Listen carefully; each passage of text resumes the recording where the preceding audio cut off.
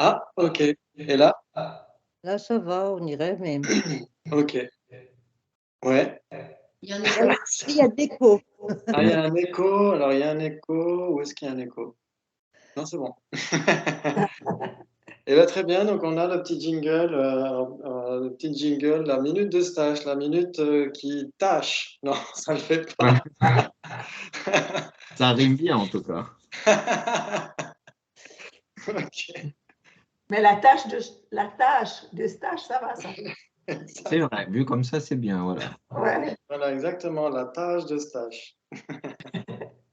Donc, on avait vu objet apparent et objet d'engagement, qui n'est pas aussi évident que ça finalement. Après, en visionnant quand même le YouTube, c'est pas tout à fait évident. Donc, en gros, pour les Prasangika, on a dit qu'il n'y a que la réalisation non conceptuelle de la vacuité qui est non erronée.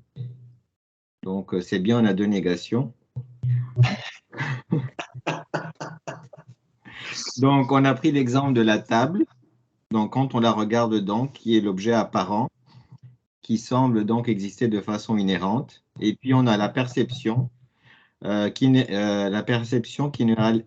réalise que la table, qui est donc son objet d'engagement, et donc il ne s'occupe pas du mode d'être de la table. Donc, la perception visuelle dans ce cas de la table ne se préoccupe pas donc du mode d'être de la table. Après, tu as pris un autre exemple, le penseur de Rodin. Pour la pensée, donc la conception, l'objet apparent est l'image de la table, qui semble donc exister de façon inhérente, et l'objet d'engagement ou référent ou conçu est la table. Après, on a vu quelques définitions. L'objet apparent, donc c'est ce phénomène qui est connu au moyen de sa simple apparence. Donc, elle se manifeste à la conscience directe, donc la vision, pour cet exemple-là. Et pour la conscience conceptuelle, c'est l'image mentale, se préoccupe du mode d'être de la table. Après, il y a l'objet d'engagement, c'est l'objet principal ou l'objet du mode d'appréhension qui ne se préoccupe pas donc de son mode d'existence. Donc, moi, j'ai mis inhérente. Cet objet qui existe de façon dont il est explicitement déterminé par une condition valide. Donc, la condition visuelle valide reconnaît une table et elle existe telle qu'elle est réalisée par la conscience visuelle. Après, une autre définition de qu'est l'objet. L'objet déterminé au moyen de l'élimination de la surimposition qui tranche donc une non-table par une condition valide. Donc, bien sûr, on parle toujours d'objet, donc d'objet existant. Après, il y a l'apparence, elle est associée à une erreur, car ce ne sont pas des réalisations non conceptuelles de la vacuité. La réalité, bien sûr, c'est la table. Si on soumet, par exemple, le Tathagata à l'analyse ultime, on ne trouve rien de ce qui est cherché initialement. On trouve simplement la vacuité d'existence ultime du Tathagata. Il faut donc qu'il y ait un moi conventionnel pour pouvoir être observé par notre esprit. On ne peut pas observer, ça n'existe pas. Le moi conventionnel est observé par le miroir de l'esprit qui lui donne une apparence distordue. L'ignorance est une sagesse, connaissance donc qui est distordue. Cette apparence distordue fait partie du voile cognitif. Si on y adhère alors, c'est l'ignorance qui est innée et cela engendre toutes les autres afflictions, désir, attachement, par exemple pour le chocolat, et que cela soit donc pour nous de la façon dont on perçoit les autres. On peut choisir à ce moment-là d'y adhérer ou pas. Je pense que c'est difficile car même si on dit qu'on n'y adhère pas, je pense qu'on se voile la face. Ça, c'est mon petit commentaire. Et après, on a commencé à parler de l'ego. Il faut certes le construire, mais à ce moment-là, on parle de l'ego dit conventionnel. Donc, la désignation en fonction d'une activité professionnelle, etc. Et ce que l'on réfute, c'est toujours l'aspect inhérent des choses de leur propre côté. Donc, si on s'identifie à son métier de façon inhérente, alors il y a des personnes qui s'identifient donc à leur métier de façon inhérente et donc ils se sous-estiment quand ils ne sont pas en fait en relation avec leur métier. Et c'est ça qu'il faut faire la différence au niveau de l'ego conventionnel pour les gens en fait qui n'arrivent pas à faire la différence. Et moi, j'ai marqué que c'est des fois la société qui nous donne cet aspect inhérent des choses. Même si en fait, par exemple, on a parlé de la célébrité, il est vrai que même si nous, on a une sorte de vue différente de nous-mêmes même si on n'est pas, quand on est célèbre, mais en disant que les personnes à l'extérieur de nous, c'est eux-mêmes qui nous donnent ce label, si je puis dire, et donc ils nous enferment, et donc c'est vrai que c'est compliqué. Et non, on a dit que ce que l'on réfute, toujours, c'est l'objet de négation, donc ce qui n'a jamais existé. Et donc, on ne réfute jamais l'aspect conventionnel. On réfute donc l'existence d'apparence inhérente, qui est donc l'objet de négation. On ne touche donc jamais à notre identité conventionnelle. Après, on a parlé d'objet apparent et objet d'appréhension référent ou objet de mode d'appréhension de l'autre.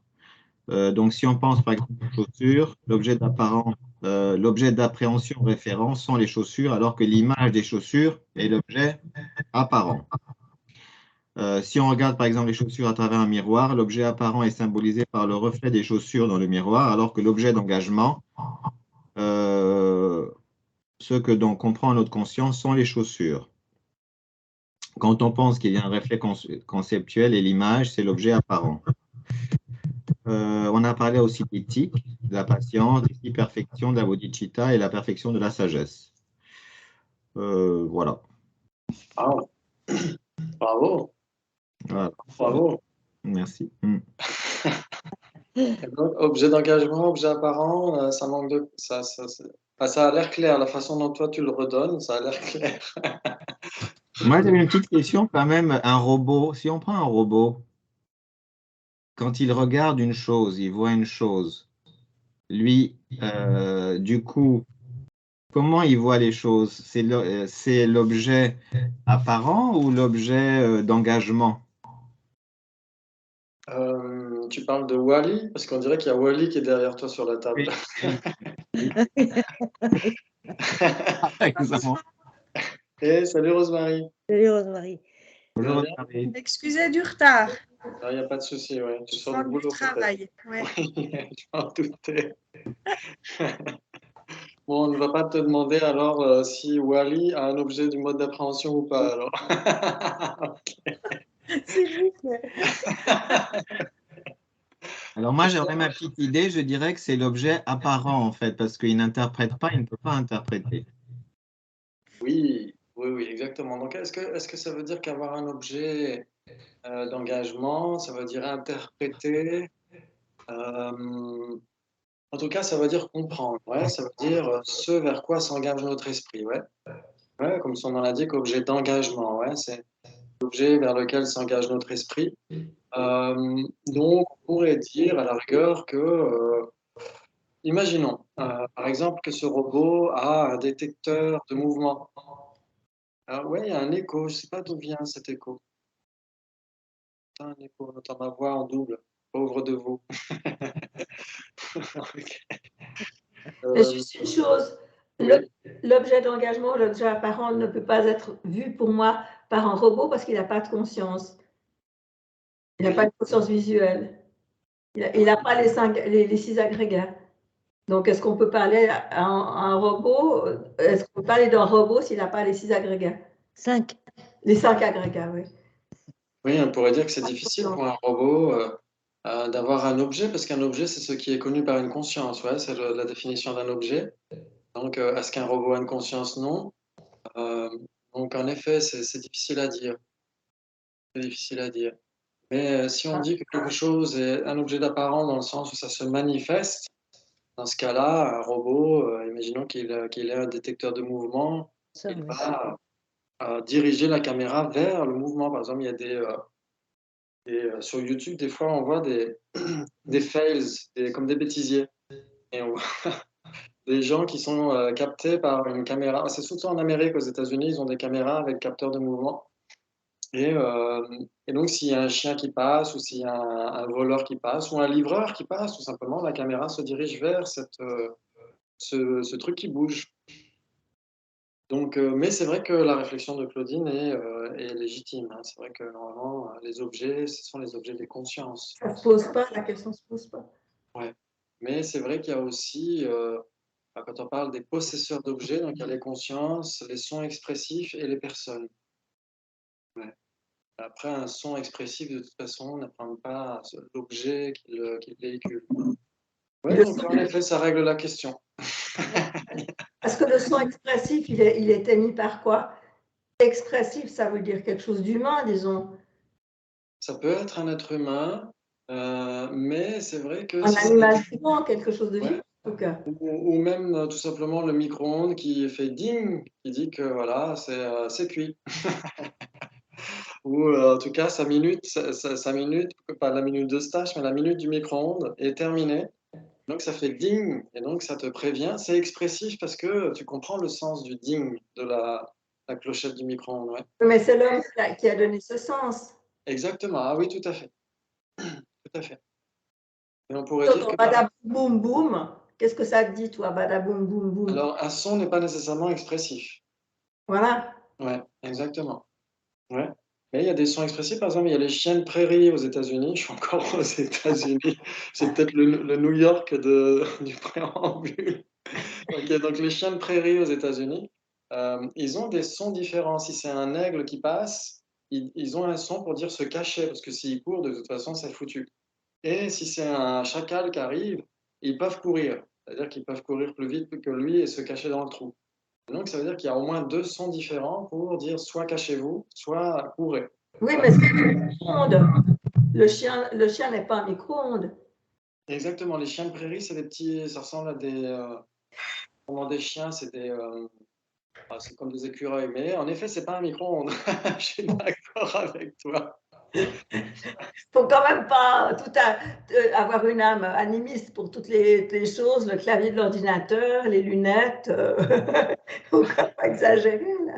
Mais disons que par exemple, si par exemple mon mobile vibre le matin, je sais très bien qu'il est en train de me dire réveille-toi. Ouais, parce que je l'ai programmé pour ça. Et il a été programmé par ceux qui l'ont fabriqué pour ça, ouais. Ouais, par exemple, tu peux mettre une musique spéciale pour une notification. Moi, j'ai viré toutes les notifications parce que je recevais trop de bruit. Donc, j'ai enlevé toutes les notifications. Donc, je réponds jamais au WhatsApp ou au Messenger en temps réel. Mais par contre, je laisse la vibration du téléphone pour le réveil. Donc, je sais très bien que s'il vibre, c'est pour me réveiller le matin. Ouais. Donc, c'est un son qui est expressif parce qu'il véhicule un sens, non? Oui, mais c'est l'homme qui l'a donné, ce sens. Ah oui, oui, tout à fait. Il n'est pas indépendant, il n'a pas dit ah ben tiens, je vais réveiller Christophe à 6 h du matin, puis je vais lui faire coucou en vibrant. Surtout pas à 6 h du mat. C'est trop tard. C'est trop tôt. Mais c'est vrai que parce qu'il y a une convention qui fait que hein, c'est toujours un son est expressif. Par exemple, si je me mets à vous parler en tibétain, vous n'allez pas nécessairement comprendre ce que je vais vous dire. Mais parce qu'il n'y a pas le contexte, il n'y a pas l'auditoire par rapport à tout ça, ouais. Mais si on parle en français entre nous, parce que nous parlons français, etc., dans ce cas-là, ça joue, ouais. Donc, c'est-à-dire qu'un son n'est pas expressif de son propre côté, c'est ça que ça veut dire, ouais. Ça dépend toujours d'un contexte. Et même au sein d'une même langue, ça dépend d'un contexte. C'est pour ça que l'ironie est possible, que la métaphore est possible, etc., etc., ouais. Parce que ça dépend d'un contexte. Ouais, ouais, ça joue. Ah, très bien, très bien. Donc l'objet d'engagement et l'objet apparent, ça c'est très important. Et il y a aussi une petite confirmation de ce que dit Sassante à un moment donné par rapport quand il parle des élaborations dans La foi fondée sur la raison, où il commente 3 chapitres du Madhyamaka Shastra de Arya Nagarjuna, le chapitre 26, le 18 et le 24. Et à un moment donné, justement, dans le chapitre 18, la strophe 5 de Arya Nagarjuna qui dit Karma, Klesha, Kshayan, Moksha, etc., il dit que le karma, l'élimination du karma et des afflictions, c'est la libération. Ouais. Et ce karma et ces afflictions viennent des élaborations conceptuelles. Et ces élaborations conceptuelles viennent des proliférations. Donc il y a différentes traductions par rapport à ces termes-là. Mais en effet, Sassante dit à la page 93 quelque chose d'intéressant par rapport à l'élaboration conceptuelle, par rapport à l'objet du mode d'appréhension, ouais, ce qui est, ce qui est compris ou ce qui est comment dire, envisagé par notre conscience. Et Sassante dit ça, il dit généralement, lorsque nous rencontrons des expressions comme élaboration conceptuelle, donc la pancha en sanskrit, nous devons nous rappeler qu'elles ont des significations différentes selon le contexte. Tiens, justement, on parlait du contexte. Par exemple, élaboration conceptuelle peut se rapporter à la saisie de l'existence inhérente. Mais cela peut également faire référence à l'objet élaboré conceptuellement de cette saisie. C'est intéressant. C'est intéressant, parce que quand Sasanté ici parle dans l'art de la sagesse de objet apparent et objet référent, je crois que c'est comme ça qu'il dit, c'est comme ça qu'il est traduit en tout cas. Objet d'appréhension référent, exactement. Et l'objet apparent. Donc, si, comme on l'a dit, quand on perçoit des trucs qui ne sont pas la vacuité, quand on perçoit directement n'importe quoi qui n'est pas la vacuité, il y a une apparence distordue. Ouais. Les choses apparaissent comme si elles existaient de manière inhérente, mais elles n'existent pas de manière inhérente. Ouais. Donc, on peut dire que ça, c'est l'apparence d'existence inhérente. Cette apparence existe. Ouais. Ce qu'elle donne à voir n'existe pas. Ouais. L'existence inhérente n'a jamais existé. Ouais. Ensuite, on peut soit adhérer à cette apparence, soit ne pas s'en préoccuper, soit réfuter ce que donne cette apparence, ouais. Ce que donne à voir cette apparence. Ouais. C'est là on a les trois modes d'appréhension. Donc, il y a en effet l'élaboration conceptuelle qui pourrait dire, OK, la table m'apparaît comme si elle existait de manière inhérente, donc j'adhère à ça. J'adhère, il y a une table qui existe de manière inhérente. Et ça, c'est totalement hallucinatoire, vous êtes d'accord? Ça, c'est l'ignorance fondamentale, ouais. De penser qu'une table existerait exactement telle qu'elle nous apparaît, ouais. Ouais. De penser qu'une table existerait de manière inhérente, tout simplement parce qu'elle apparaît comme si elle existait de manière inhérente. Ouais. Ça veut dire adhérer à l'apparence fausse. Donc, ça, ce serait un mode d'appréhension totalement hallucinatoire. Et l'objet référent de cela, la table inhérente, ça n'a jamais existé. Ouais. Ça vous parle? Très bien. Ouais, super. Excellent. Donc, j'espère que ça clarifie un petit peu ces deux trucs-là. C'est vrai que la dernière fois, on avait parlé aussi, oui, on avait parlé de ce qui est vérace et ce qui est fictif. Ouais. On avait parlé de ça, ouais. C'est-à-dire que on avait parlé du fait de surimposer quelque chose conceptuellement à quelque chose qui nous apparaît. Ouais, par exemple, une personne nous apparaît dans la pièce et juste avant, quelqu'un nous l'a présenté en disant, oh, c'est quelqu'un qui a sauvé des vies, etc. Ouais. C'est-à-dire qu'il n'y a pas que l'apparence passive, on pourrait dire, il y a aussi En historique. oui, exactement, un historique, une identification, une projection qu'on attribue à cette personne. Ouais. Donc dans ce cas-là, on peut faire la différence aussi entre l'objet apparent, c'est-à-dire que l'objet apparent, bah, c'est la seule personne, c'est la simple personne qui passe dans la pièce, et l'objet du mode d'appréhension, c'est comment est-ce qu'on appréhende cette personne. Ouais. Et donc là, dans ce cas-là, ça peut être conforme à la réalité. Ouais, quelqu'un nous a dit c'est quelqu'un qui a sauvé des vies, etc. Et on se dit waouh, c'est génial. Donc dans ce cas-là, on est en accord avec la réalité conventionnelle. Si on se dit cette personne existe exactement telle qu'elle m'apparaît, elle m'apparaît comme si elle existait de manière inhérente, et donc elle doit exister de manière inhérente, là c'est un mode d'appréhension totalement hallucinatoire. Ouais. Donc l'appréhension, ouais. Si on a un jugement, par exemple, on dit cette personne a sauvé des vies, oh ben, c'est complètement idiot qu'elle se soit sacrifiée comme ça. Ou bien un autre qui dit oh, c'est super, etc. Donc il y a le jugement aussi qui apparaît. Oui, exactement. En mode d'appréhension. Exactement, tout à fait. Ça veut dire qu'il peut y avoir une projection qui est en accord avec la réalité. C'est-à-dire que bah, en général, c'est sympa de sauver des vies. C'est plus sympa de sauver des vies que de les prendre. Et donc, on peut se dire, waouh, c'est super. Si par contre, on se trompe de personne, si on se dit, ah, cette personne a sauvé des vies, alors qu'en fait, c'est un assassin, dans ce cas-là, on est complètement à côté de la plaque. Ouais. Donc, ça dépend, est-ce que la projection est en accord avec l'identité conventionnelle de la personne ou pas, ouais. Et par contre, la projection d'existence inhérente, ça ne correspond jamais à l'existence conventionnelle des choses et des gens. Ouais. Ouais, ça, voilà, super, magnifique. Et donc, on en était où sur votre page à vous? Parce que moi, j'ai toujours 10 pages de retard ou d'avance, je ne sais plus.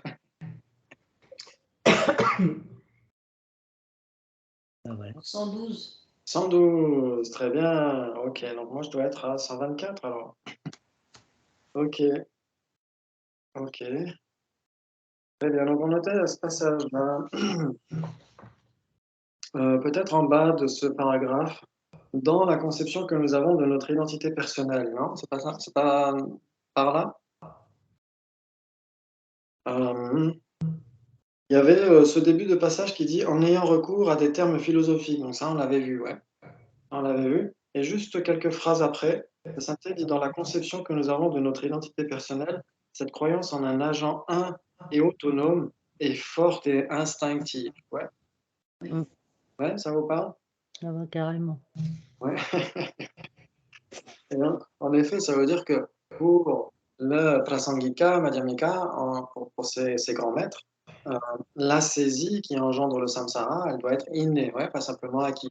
Ouais. Ok, donc forte et instinctive, ouais. Ouais, très bien. Et sa sainteté évoque Chankya, Chankya Rinpoche. On en a parlé vendredi matin, un très très grand maître du 18e, je ne suis pas très sûr. Si c'est marqué là, ok. 18e. Tu n'avais pas vu ta mascogne. Ouais, exactement. Ok, puis c'est écrit tellement petit. Ok. Donc, Chankya Rinpoche, un très grand maître du monastère de Jupongoman, écrit que certains de ses comportements, de ses contemporains, pardon, de ses contemporains, semblaient croire en l'existence d'un moi existant indépendamment à l'extérieur, c'est-à-dire en ce qui constitue l'objet de la réfutation, tout en laissant intacte leur propre appréhension innée du moi. Ok, qu'est-ce que ça veut dire? Ça veut dire qu'on peut se tromper complètement sur l'objet de négation. Ouais, c'est très important d'identifier notre cible, ouais, l'objet de négation. Si on n'a pas identifié notre cible, c'est très dangereux. Très dangereux, par exemple, on pourrait, imaginons que le service de sécurité de sa sainteté Dalai Lama ait eu des renseignements comme quoi quelqu'un voulait faire un attentat, etc. Et s'il n'identifie pas la personne, eh ben, ils vont arrêter tout le monde, même nous. Et donc, ça ne le fait pas. Ouais. Donc, il faut identifier la bonne personne. On ne peut pas mettre en prison tous les gens sous prétexte qu'une personne est dangereuse. On ne va pas mettre en prison 50 milliards 7 milliards d'êtres humains parce que une ou deux ou trois sont dangereuses. D'accord. Mm. Ouais, donc là, c'est une sur-exagération. Ouais. Parce qu'on ne sait pas où on en est par rapport à l'objet de négation. Donc, on peut réfuter trop. Ouais, on peut réfuter trop. Et on pourrait réfuter pas assez. Mm. Ouais. Ça veut dire qu'on pourrait emprisonner juste la personne qui veut faire un attentat ou qui veut faire quelque chose de mal, juste la personne du matin. Et on va laisser la personne de l'après-midi, du soir, etc. Est-ce que c'est possible? Est-ce qu'on peut emprisonner que la personne du matin et laisser à l'extérieur la personne de l'après-midi et du soir? Pourquoi pas? Ça veut dire que ce serait comme un hôpital de jour, ce serait une prison de jour. Pourquoi pas? Ok, désolé, mes exemples sont parfois un peu débiles, surtout à cette heure-ci. Pourtant, on n'est pas le vent encore. Hein. Donc, en fait, soit on réfute trop, soit pas assez. Donc là, dans ce cas-là, on n'est pas dans la voie médiane. Ouais. Donc, il faut identifier l'objet de négation correctement. Et donc, certains ont pu réfuter, en effet, un soi qui serait à l'extérieur des agrégats, par exemple.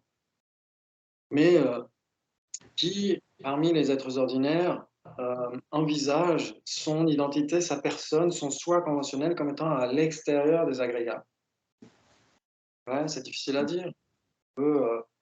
Si on ne met pas le nez dans des bouquins de philo, si on n'est pas éduqué dans un type de philosophie particulière, c'est difficile à dire qu'on aurait ça dans notre continuum mental. Ouais, quel animal pense que son soi est à l'extérieur de son corps? Ouais. Donc, c'est difficile à dire. Et donc, si on veut méditer sur la vacuité, par exemple, à la fin de ce passage, de ce chapitre, il y a une méditation que je vous encourage à faire si vous avez le temps et le souhait de le faire. Il faut essayer d'identifier d'abord l'objet de négation. Si on dit, moi, je vais méditer sur la vacuité parce que tout le monde dit que c'est génial, etc., la vacuité, ça nous permet d'obtenir la libération et l'éveil, on se dit, OK, je vais méditer sur la vacuité de moi-même. Donc, si on réfute trop, quelle est la conséquence? Nihilisme. Le nihilisme, exactement, c'est la conséquence. Ça veut dire qu'on dirait, je n'existe pas. Ouais. OK, et est-ce qu'on n'existe pas? Ah bah si. Si on existe parce que Il existe parce qu'on est connu par une cognition valide. Exactement, ça veut dire qu'une cognition valide conventionnelle peut nous observer, peut nous trouver comme objet, ouais. Ouais. Ça, c'est irréfutable. Une cognition valide conventionnelle, elle est infaillible au sens conventionnel, ouais. Ouais, ok. Et donc, ça veut dire que si quelque chose est trouvé par une cognition valide conventionnelle, ce truc qui est trouvé par cette cognition valide conventionnelle, c'est un existant. Oui. Ouais, d'accord? Ok, très bien. Et donc, ça réfute le fait qu'on n'existerait pas. Donc, ça veut dire que si au départ, on se dit, bah, moi, je n'existe pas, etc., donc je soumets mon jeu conventionnel à l'analyse ultime. Et donc, je ne me trouve pas dans mes agrégats, etc., donc je n'existe pas. Ce serait une erreur grave, ouais. Mhm. Ouais. Et donc, parce qu'en effet, si quelqu'un soumet quoi que ce soit à l'analyse ultime, de toute façon, il ne trouvera pas ce truc-là. Ouais. Oui. Ok. Et si d'un autre côté, on se dit, ok, je vais méditer sur la vacuité, sur le non-soi de la personne, donc je vais réfuter l'Atman tel qu'il est proposé par des traditions non bouddhistes, par exemple. Est-ce que ça va guérir quoi que ce soit dans notre maladie samsarique? Pas grand-chose. Pas grand-chose. Ça va peut-être éliminer certaines afflictions extrêmement grossières qui pourraient être engendrées par telle conception, mais ça ne jouerait pas sur le fond, en fait, hein. Ça éliminerait que trop grossier, ouais. Donc il faut éliminer exactement ce qu'il faut éliminer, pas plus ni moins. Donc il faut déterminer ce qu'on est en train de chercher. Donc le déterminer correctement. Ok, très bien. Cependant, il n'y a pas d'objet de réfutation séparé du moi qui puisse être appréhendé de façon innée comme existant en soi. Ouais, c'est-à-dire que cet Atman, permanent, unitaire et autonome, cette âme qui survivrait au corps et à l'esprit de la personne, la conséquence, c'est que ce serait séparé, une entité séparée du corps et de l'esprit de la personne, et donc ça existerait là, à l'extérieur. Et donc, c'est pas inné, c'est ça que dit sa sainteté. Ouais, pas inné. C'est philosophiquement acquis.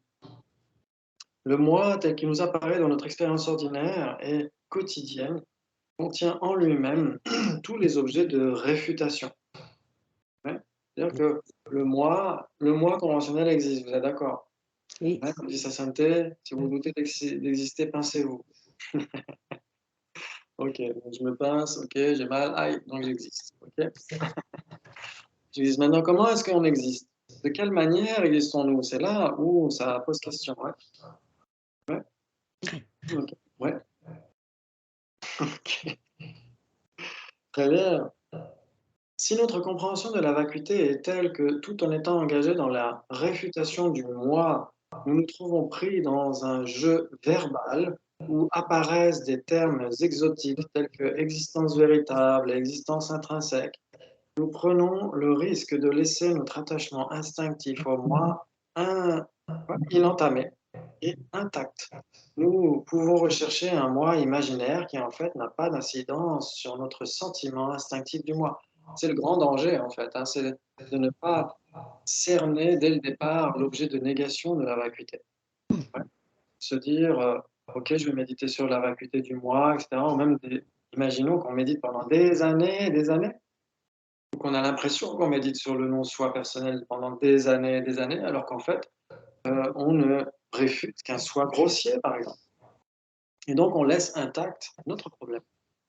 On pourrait même euh, l'aggraver, exactement. On pourrait même s'enorgueillir d'avoir médité des années sur le non-soi personnel, etc. Dire, ah, moi j'ai fait des retraites sur la vacuité, etc. Je suis presque arrivé au premier boumi, etc. Et donc, on peut aggraver le sentiment qu'on a de soi-même, le sentiment faux, en fait, hein, la conception d'existence inhérente de soi-même, et de ses qualités réelles ou supposées, aggraver ce sentiment, cette exacerbation, cette crispation par rapport à tout ça, alors qu'en effet, on a médité sur un non-soi, mais un non-soi grossier. Ouais. Ou même sur un non-soi qui n'a rien à voir avec, qui n'est même pas libérateur dans le sens l'absence d'un Atman, par exemple, l'absence de soi permanent, unitaire et autonome, qui, qui de manière innée, va saisir un tel Atman? Personne. c'est philosophiquement acquis. Donc, si on ne s'arrête qu'à cette réfutation d'un soi permanent, unitaire et autonome, et indépendant par rapport aux agrégats, eh ben, ça ne va rien changer. Ça va rien changer. C'est comme si on mettait un pansement sur une tumeur. Ça ne va pas soigner du tout la tumeur. Ouais, vous êtes d'accord? Oui. Et donc, c'est très important d'identifier, OK, c'est quoi, quel est notre problème? De quelle manière on se saisit soi-même? Donc, c'est pourquoi il est très important quand on médite sur le non-soi personnel, c'est de le faire émerger de manière vraiment manifeste, hein, comme on a dit la semaine dernière. De voir comment est-ce qu'on se ressent soi-même, comment est-ce qu'on semble exister soi-même si on est complimenté à l'excès ou critiqué en public, etc., etc. Comment est-ce qu'on a l'impression d'exister? De manière instinctive, de manière innée, pas parce qu'on a mis le nez dans des bouquins. Ouais. Ou quand on a peur, quand on est à côté de quelqu'un qui conduit mal, ou quand on est au bord d'un précipice, etc., etc. Ouais. On a l'impression qu'on va perdre notre vie, qu'on ne va plus exister, ce moi qui ne va plus exister, qui risque sa vie, etc. Ce moi-là, comment est-ce qu'il semble exister? Mais de manière expérientielle, vraiment, comment est-ce qu'il semble m'apparaître? C'est très important. Ouais. Pour cibler notre objet de négation. Ouais. Parce qu'au début, il n'est pas considéré comme un objet de négation. Ça semble être la réalité toute simple. Ouais, ça semble tout simplement une réalité. Et donc, on le prend comme une hypothèse de travail. OK, ce soi qui m'apparaît comme ça de manière si vivace, si réelle, si solide, si intrinsèque, si inhérente, s'il existait, quelles seraient les conséquences? Ouais. Et donc, on analyse. Ça veut dire que s'il existait, il serait soit un, soit différent par rapport aux agrégats, par exemple. Ouais. Si on constate qu'il n'est ni un ni différent des agrégats, il n'existe tout simplement pas. Parce que si ça existe, ça doit être soit un, soit différent. Il n'y a pas de troisième possibilité. Ouais. Et on emploie d'autres raisonnements. Oui, oui, Eustache. Je comprends en fait, je pense que tout le monde comprend en fait la réfutation du soi inné. Enfin, on comprend en tout cas conceptuellement ou intellectuellement. Mais le souci, moi je trouve, c'est que dans les méditations, il y a un moment donné, j'ai l'impression quand même on tourne, ou je tourne en rond, je dirais plutôt, parce que j'ai l'impression qu'il y a un rituel qui se met en place dans le sens où, ok, très bien, on réfute l'existence intrinsèque en disant, voilà, par rapport aux agrégats, ni un, ni différent. Donc, mais une fois qu'on a dit ça, on peut le dire 10 000, 15 000, 20 000 fois. C'est comme tu as dit, en fait, ça change rien parce que finalement, même si on essaye de faire sortir ce moi dans des conditions spécifiques, je sais pas, on va se faire écraser, donc on se met à l'abri et donc on essaie de se remémorer cet instant précis où voilà, il y a le moi qui surgit ou qui se surimpose par rapport à tout au-dessus de notre tête. Je dirais ça comme ça. Parce qu'on peut dire tout ce qu'on veut, donc c'est à ce moment-là que en fait il ressort et on a l'impression qu'il est au-dessus de nous et il est là. Sauf qu'une fois qu'on a dit ça, bon, ça c'est très bien, mais après je ne vois pas ce qu'on peut faire de plus parce que quand je dis j'essaie de le trouver, ben je peux toujours essayer et je le trouverai pas. Mais donc du coup ça pose un problème parce qu'à force de le faire tous les jours, tous les jours, tous les jours, ben, des fois, je ne sais pas si c'est comme ça pour tout le monde, mais je commence à m'ennuyer parce que du coup, je dis, mais de toute façon, je ne trouverai pas. Et donc, du coup, j'essaye de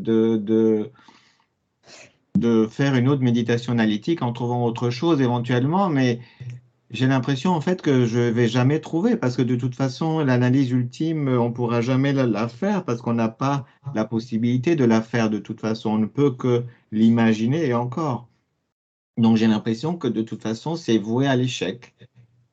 Alors, Donc, qu'est-ce que tu entends du coup, par analyse voilà, je ne ultime? sais pas trop, voilà, je sais pas ce que vous en pensez, mais Qu'est-ce que tu entends par analyse ultime? bah, finalement, nous, tout ce qu'on voit, c'est conventionnellement. La seule façon de voir quelque chose ultimement, c'est de faire une analyse ultime, sauf qu'on ne peut pas la faire, nous, parce qu'on n'a pas la capacité, parce que nous, voilà, on a encore tous nos voiles affectifs et cognitifs, donc du coup, une véritable analyse qui serait une véritable analyse, ça serait une analyse ultime pour voir quelque chose, en fait, ou ne pas voir finalement, parce qu'il n'y a pas d'existence inhérente. Donc, pour cette vacuité d'absence d'existence inhérente, il faudrait une analyse ultime, sauf qu'on ne peut pas la faire, nous. Bon. Donc, du coup, qu'est-ce qu'on fait?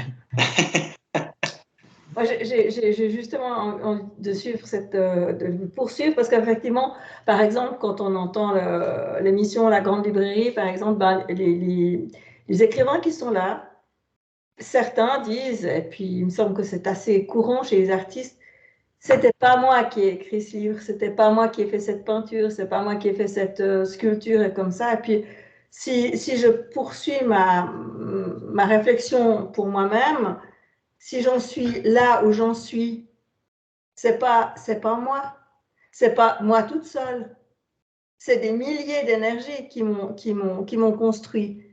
Déjà rien que pour ma nourriture que je consomme tous les jours, c'est pas moi qui ai été cultiver le champ, c'est pas moi qui ai arrosé les pommes de terre ou les fruits, disons, je suis. Donc on arrive à l'interdépendance là.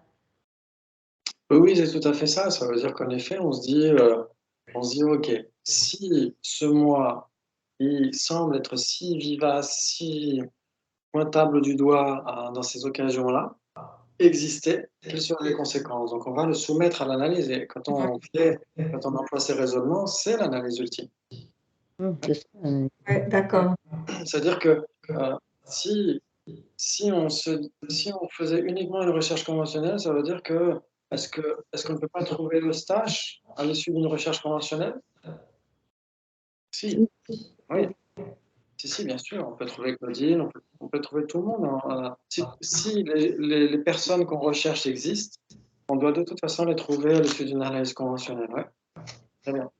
Oui, mais disons, j'existe aussi grâce à. Bon, j'étais maîtresse d'école, grâce à tous les contacts humains que j'ai eus, grâce à toi, grâce à la philosophie bouddhiste, c'est grâce à tout ça, grâce à la nourriture que j'ai pu ingérer tous les jours, grâce à l'eau que j'ai eue, etc. Tu vois, c'est ça. C'est justement voilà, exactement ce point de départ que tu mentionnes pour l'analyse ultime. C'est-à-dire qu'il faut constater, il faut être certain que soit on existe de manière indépendante, de la façon dont on semble exister, soit c'est le contraire. D'accord. Ça ne peut pas être les deux en même temps. Il faut accepter la loi de non-contradiction. Hein. Oui, tout à fait. Parce que la nature est logique. Ça veut dire que la nature, soit il fait jour, soit il fait nuit. Ouais. Mais comment on peut aller plus loin? Parce qu'en fait, une fois qu'on a dit ça, on ne peut pas aller plus loin. Alors, ce qu'il faut essayer de faire, c'est d'abord constater cette loi de non-contradiction. Et plus on va vérifier en effet qu'on dépend de plein de choses, comme a mentionné Claudine, et encore d'autres choses, d'être assez créatif dans notre recherche. Hein. Bien sûr qu'il faut avoir une certaine rigueur par rapport au raisonnement, parce que sinon on est dans des théories qui peuvent être fumeuses et tout ça. Il faut vraiment connaître les raisonnements Madhyamika, les employer, etc. Mais après, au niveau des exemples, des illustrations, on peut être assez créatif et constater ça au quotidien même. Moi, ça m'aide d'aller plus loin, disons, c'est l'humilité, par exemple, déjà. La gratitude, l'humilité, disons. Merci la vie, merci tout ce que je reçois tous les jours, merci l'électricité qu'on reçoit pour pouvoir se connecter. Déjà, moi, je trouve que d'être dans un état d'humilité et de gratitude, c'est pas évident, c'est déjà une recherche longue. Et puis, quand on arrive un petit peu, on est vachement plus heureux, quoi. Oui, tout à fait, exactement. Ça, Ça devrait être le résultat de notre analyse et de notre méditation sur le non-soi. Donc l'humilité, comme dit sa sainteté, d'ailleurs, il en parle dans les pages qui suivent, il dit que il est certain que si on médite correctement sur le non-soi de la personne, c'est gratifiant dans le sens où on a moins de problèmes dans la vie. On a une qualité de vie bien différente de ce qui était avant. C'est-à-dire qu'on est moins crispé sur des choses qui sont souvent créées par nous-mêmes, en fait, par notre esprit, etc., etc. On est moins attaché au jugement, on est moins attaché. C'est une libération énorme, quoi. On relativise beaucoup. Par exemple, si quelqu'un nous complimente, on pense à une situation où on était complètement ridicule. Et si quelqu'un nous critique, on pense à une situation où on a eu une petite victoire dans la vie. Et donc, on rééquilibre, en fait. On se dit, on n'est pas que ça, on n'est pas que ça, on n'est pas que ça, etc. En fait, on est désigné indépendant de tout ça, mais on n'est rien de tout ça. Mais du coup, tout D'accord. ça, c'est le résultat. Ça, c'est le Alors, résultat, en fait, exactement. Donc, il manque le chaînon manquant. Comment on doit faire? oui, il manque quand même quelque chose, parce que moi, j'entends tout ça, je comprends tout ça, enfin, en tout cas, je crois comprendre, tout du moins. Je vois bien, ça, voilà, tout ça fait qu'on est moins en colère, on développe l'éthique, tout ça, j'entends bien tout ça. Sauf que j'ai quand même l'impression qu'il manque toujours quand même quelque chose. Alors, c'est Et- l'absorption méditative semblable à l'espace. C'est ça qu'il faut à tout prix cultiver, hein, quand on veut méditer sur la vacuité. C'est que le raisonnement ne suffit pas. Il faut aboutir à une conclusion. Nécessairement, il faut une inférence. Ouais. Mais la méditation semblable à l'espace, c'est-à-dire c'est concrètement Ça veut dire quoi? être pleinement posé sur le résultat de notre analyse, c'est-à-dire je n'existe pas du tout de manière inhérente, indépendante, absolue, etc. Et de rester uniquement sur cette simple absence. Il n'y a pas de je ou de moi indépendant, inhérent, intrinsèque. Sur cette simple absence. Et moi, je pense que personnellement, ce que j'arrive à faire maintenant, c'est pas de me dire je suis moins en colère. C'est accepter ma colère comme elle est. Je suis en colère. J'ai arrêté de faire des jugements de valeur, disons. Et disons que en étant enseignante, j'étais dans un groupe d'enseignants où on voulait plus des notes, mais des évaluations. Parce que l'enfant qui a 10, il est nul. L'enfant qui a 20, c'est un héros. Et c'est complètement faux. Donc, disons que de dire je suis plus en colère, je suis moins en colère, je suis plus gentil, je suis moins gentil, ça ne sert à rien. Là, j'ai fait un acte de gentillesse. Là, je suis en colère. Mais bon, on a le droit d'être en colère. On n'a pas un bon carnet ou un mauvais carnet du Dalai Lama ou du Bouddha, disons. Il faut arrêter avec ces appréciations qui sont, pour moi, erronées et qui nous blessent et qui nous empêchent d'avancer. Ce qui est intéressant. Ouais. Enfin, je sais pas, moi, j'interprète. Après, c'était pas, je voulais pas parler forcément de la colère. Moi, je pense quand même que de toute façon, c'est pas une histoire de personnellement, hein, je parle personnellement. Moi, j'essaie de voir les choses, pas de dire je ne dois pas me mettre en colère, c'est de ne pas faire en sorte que la colère se développe. C'est-à-dire de voir les choses d'une façon telle que la colère ne vient pas. Pas de dire je ne vais pas me mettre en colère ou de dire tiens, je suis en colère. Non, je n'ai pas le droit d'être en colère. Non, pour moi, c'est dire simplement faire en sorte de la façon dont on interprète des choses font que souvent on se met en colère. Donc, si on change l'interprétation qu'on a des choses en parlant d'interdépendance et tout ça, on ne se met pas en colère. Donc, du coup, il y a moins une sensation de frustration ou de blocage. Mais ce que je disais, en fait, pour revenir pour la méditation sur l'espace, comme l'espace, c'est ça? Semblable à l'espace. Méditation semblable à l'espace, c'est parce que je sais qu'il y a méditation semblable à l'espace et la méditation après comme une illusion. Exactement. Et du coup, comment on relie ces deux? Et bien justement, on essaie de voir que la vacuité n'est pas un simple rien, en fait. Hein, c'est la vacuité d'existence inhérente. Ouais, c'est pas la vacuité d'existence. Ouais. Donc, on n'est pas en train de se dire je n'existe pas, surtout pas.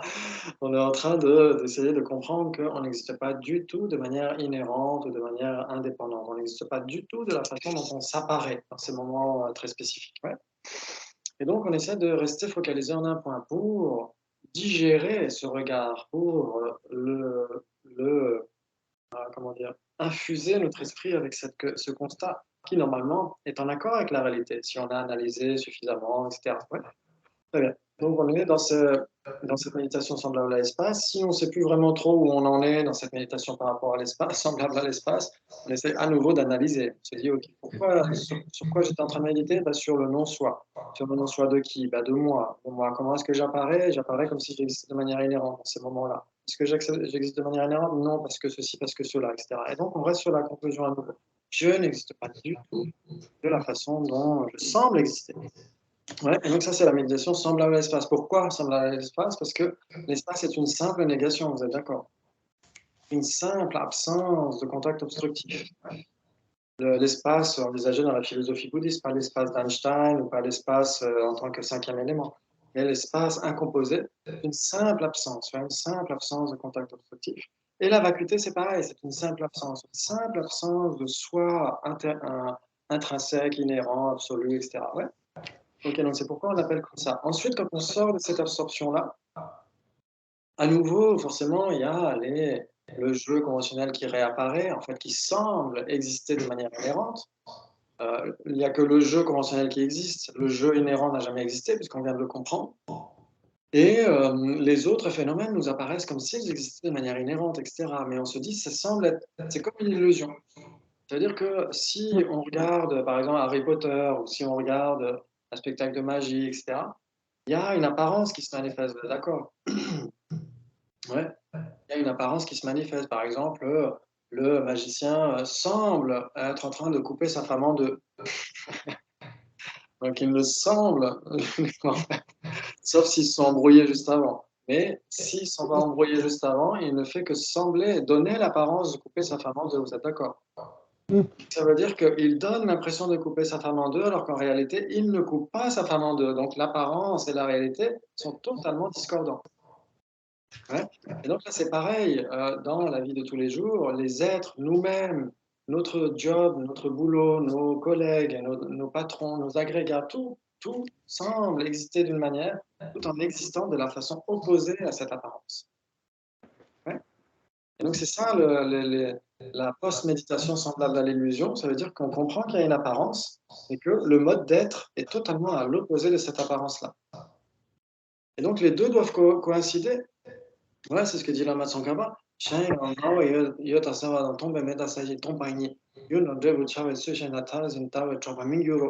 que dès l'instant où l'existence dépendante réfute l'absolutisme et la vacuité d'existence indépendante réfute le nihilisme, là on comprend vraiment comment la vacuité peut se manifester à travers les causes et les conditions et on ne sera plus jamais emporté par les vues saisissant les extrêmes. C'est-à-dire que la vacuité, l'existence indépendante et l'existence dépendante sont les deux faces d'une même pièce, d'une même réalité. Ouais. Et donc, si on arrive à comprendre ça, normalement, on est dans la voie médiane. C'est ce que dit Lama Tsongkhapa, on ne sera plus emporté par les vues saisissant des extrêmes. Ouais. Donc, ça nécessite d'analyser beaucoup. On ne peut pas juste méditer sur la vacuité en disant « Ok, je vais méditer sur la méditation semblable à l'espace ». Si on ne sait pas ce qu'il faut réfuter, si on ne sait pas ce qui permet de réfuter ça, les raisonnements, etc., à ce moment-là, ça ne jouera pas. C'est là où il y a une erreur dans la méditation et qu'on pourrait passer des années à sembler méditer sur la vacuité alors qu'en fait, notre ego n'a fait que grossir à cause de ça. Ouais. Donc l'un des effets, en effet, comme dit sa sainteté, c'est que c'est pas le jugement de valeur, hein, comme disait Claudine, c'est pas du tout ça, c'est de dire que les afflictions nous font du mal, elles font partie des vraies origines et des vraies souffrances. Ouais. La colère nous fait du mal, on n'est pas heureux quand on est en colère. Qu'est-ce qu'on veut? On veut le bonheur.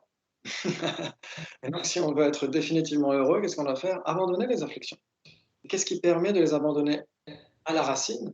La sagesse de la vacuité, puisque c'est l'ignorance qui saisit un soi qui est à la racine de ces afflictions. Et donc, il faut trouver un état d'esprit qui est totalement, qui est directement antinomique par rapport à cette saisie d'existence inhérente. Ouais. Et même avant ça, même avant qu'on ait une réalisation ne serait-ce qu'inférentielle, parfaite de la vacuité, voire même directe, avant ça, le fait, comme tu dis, Eustache, que quand on est sur le point de se mettre en colère et qu'on se dit, OK, pourquoi? Qu'est-ce qui fait que je vais me mettre en colère? Est-ce que cette personne-là me dit un truc, etc., ou cette situation me gêne, etc. Et donc, on analyse, on se dit, mais c'est quoi, en fait? Mais qu'est-ce qui vraiment me met en colère? Et si on analyse bien, on est déjà en train de se diriger vers la vacuité. Et cette compréhension de la vacuité va remplacer notre projection. C'est-à-dire que, comme vous le savez, il y a 3 conditions principales pour la genèse d'une affliction, ouais. Qui sont?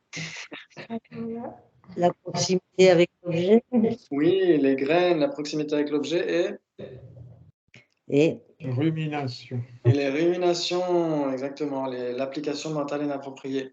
Et c'est surtout ça qui est le maillon faible. Ça veut dire que si on a une petite compréhension de la vacuité, ne serait-ce que rudimentaire, on peut déjà, si on sent qu'on est sur le point d'être en colère, etc., parce qu'on a suffisamment de présence d'esprit, d'introspection, de vigilance, à ce moment-là, on peut se dire, OK, c'est quoi vraiment, qu'est-ce qui fait que... Et donc, on remplace une projection, une rumination, par un état d'esprit qui relativise, qui est déjà en train de se diriger vers la solution. Ouais. Et ça marche aussi avec l'attachement, même avec d'autres afflictions, etc. Si on se pose la question, okay, c'est quoi vraiment le ragusa? C'est quoi vraiment? Est-ce que c'est une sensation tactile, une sensation gustative, etc., etc. Ok. Est-ce que c'est bien, bien gras, c'est délicieux parce que c'est gras et sucré? Donc on se dit, c'est quoi? C'est une sensation gustative. Ouais. Et donc si on se dit, bah, c'est une sensation gustative, on ne fait plus tout ce film qu'il y a avec. Bien sûr que là, ça va être la période de Noël et donc on va nous en mettre plein des caisses et des caisses à la télé. Comme quoi le bonheur se trouve dans le ragoût ou dans ou dans autre chose. Et donc nous, on adhère à ça et donc on plaque une projection là-dessus en se disant bah, c'est plaisant de son propre côté. Alors qu'on vient juste nous de projeter cet aspect plaisant là-dessus, non? Oui. Et donc, si au lieu d'être obsédé par ça en se disant s'il te plaît, Rosemary, envoie-moi un colis de ragoût surtout ne le fais pas, hein, je suis en train de plaisanter. Hein. C'est vraiment un exemple. Envoie-moi une palette.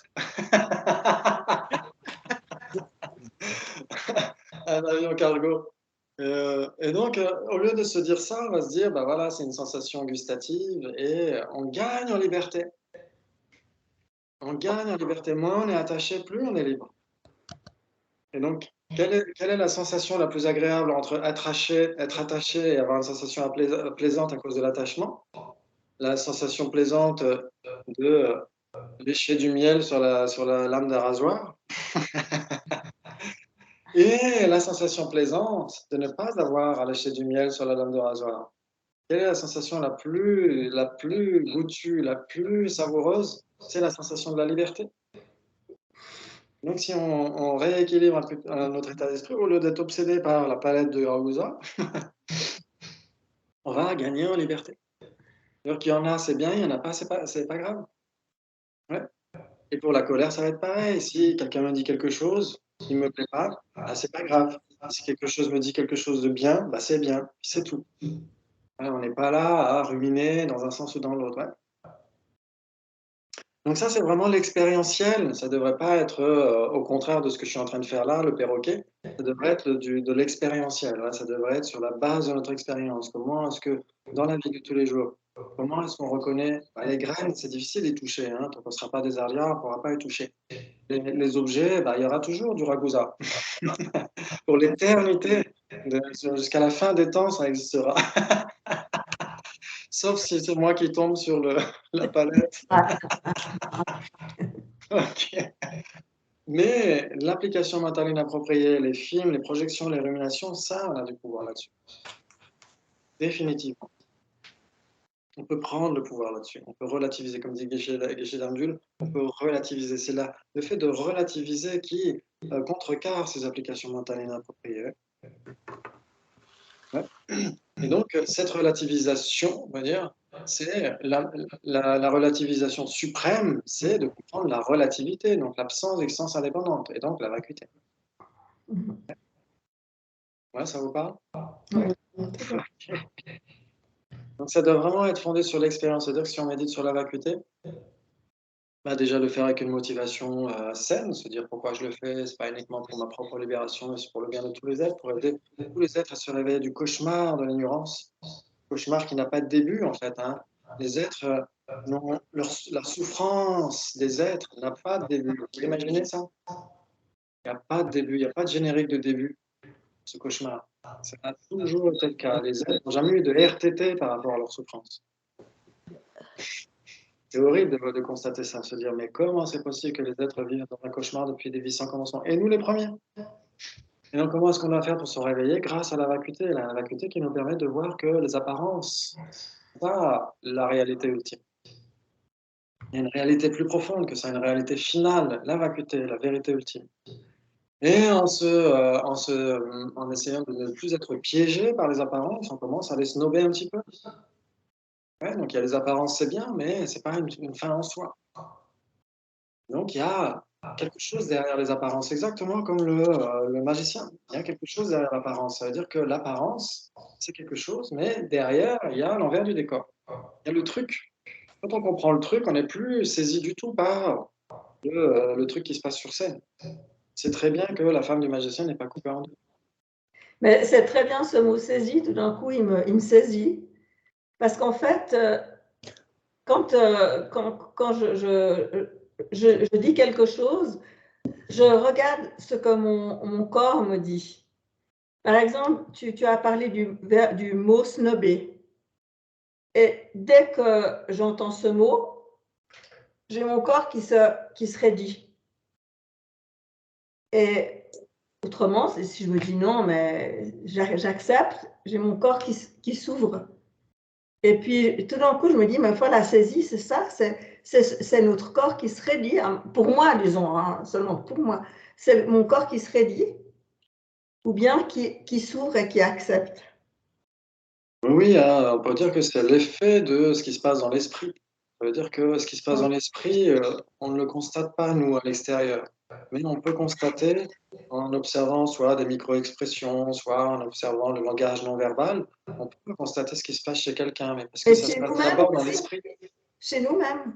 Ah oui, oui, chez nous, oui, Chez on nous, a des on premiers. se rend compte, tu as dit snobé, j'ai le corps qui s'est saisi, qui s'est durci.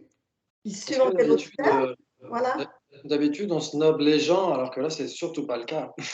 Non, Là, justement. c'est snober les apparences distordues, etc. C'est d'aller au-delà de la simple apparence, de voir plus loin que le bout de son nez, en fait. C'est un peu ça, les Tibétains, quand ils parlent des êtres ordinaires.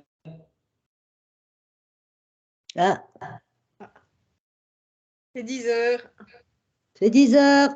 Eh oui. Ah, c'est pour ça, ça coupe à 10 heures. Non. Il devrait se mettre une minuterie. Il devrait reprendre sur son téléphone. D'accord. Zut, j'ai trop parlé, je ne vous ai pas assez laissé. Je n'ai pas laissé assez de place à. J'aime pas.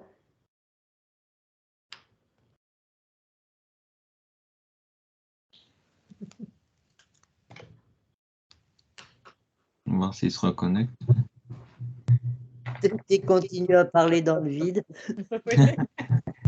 C'est bien possible. Non, non, il bouge plus. Oui, mais il continue peut-être derrière et ses parents. Oui, ça c'est l'apparence. C'est son apparence. Voilà. Ici. Salut. Ah, ça y est. Comme d'habitude, je me suis laissé avoir. Ah, j'ai pas beaucoup Battery. pas beaucoup d'internet, donc je suis désolé, on va être obligé de se quitter. Mais en tout cas, c'était passionnant, en tout cas pour moi. J'espère que ça a été un petit peu intéressant pour vous, que ça a un peu clarifié. J'espère. Et puis, si c'est pas clair, on pourra en reparler. Pas de la semaine prochaine, mais dans 15 jours. Ouais. Ok, super. Merci à tous. C'était un vrai plaisir. Merci. Au revoir, merci. Bonne journée à tous. Merci. Bonne semaine. Bonsoir. Au revoir à tous. À Bonne bientôt. Bonne semaine à semaine. tous. Au revoir. 15 jours. À dans 15 À dans 15 jours. Dans 15 jours. Bye. Merci à tous. Merci.